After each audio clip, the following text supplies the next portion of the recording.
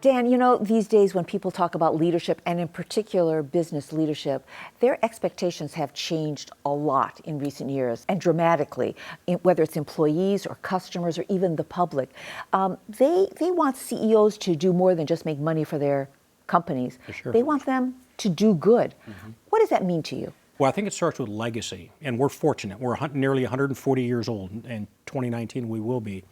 And we have a long-standing history of giving back to the communities in which we do business. We have a global platform. We do business in 80 countries. And so what we do here in the United States back into the community are those same things we're doing in India, we're doing it in Chile, we're doing it in Mexico. So that history, that heritage of giving back to the community is part of the DNA of the organization. It's the basic ethos of the company. You mentioned that Principal Financial is coming up on 140 years, and going back over all those years, the company was always focused on helping people with their financial issues. But I'm wondering, for you as the CEO, how are things different today than it was for your predecessors? You no longer, again, have the luxury of having the head of HR send out the memo talking about the good works. I have to live it. You know, you're involved in the Habitat for Humanity, and you're helping build, you're helping in the poverty-stricken areas of cities in which we do business, where you're volunteering your time.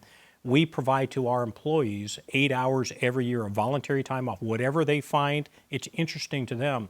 And the tens and nearly hundreds of thousands of hours now that are giving back to the community. Before, you did it through payroll deduction. Today, payroll deduction and through your hands, and making sure that the community is benefiting from our involvement in that community.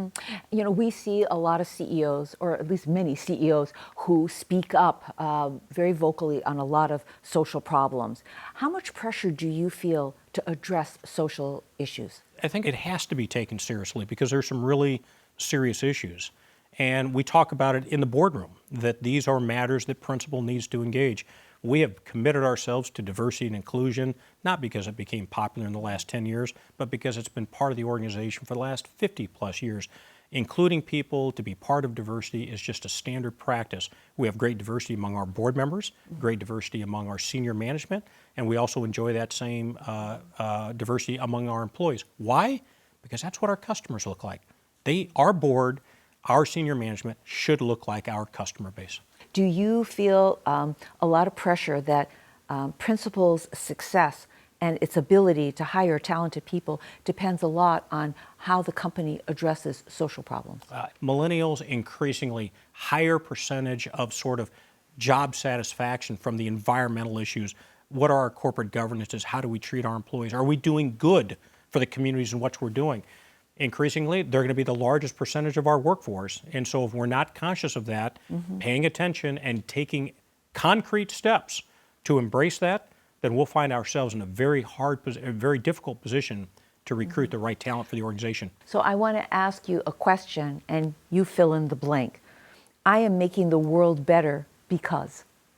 I'm having a profound impact on the number of people that have retirement savings when they most need it in their old age.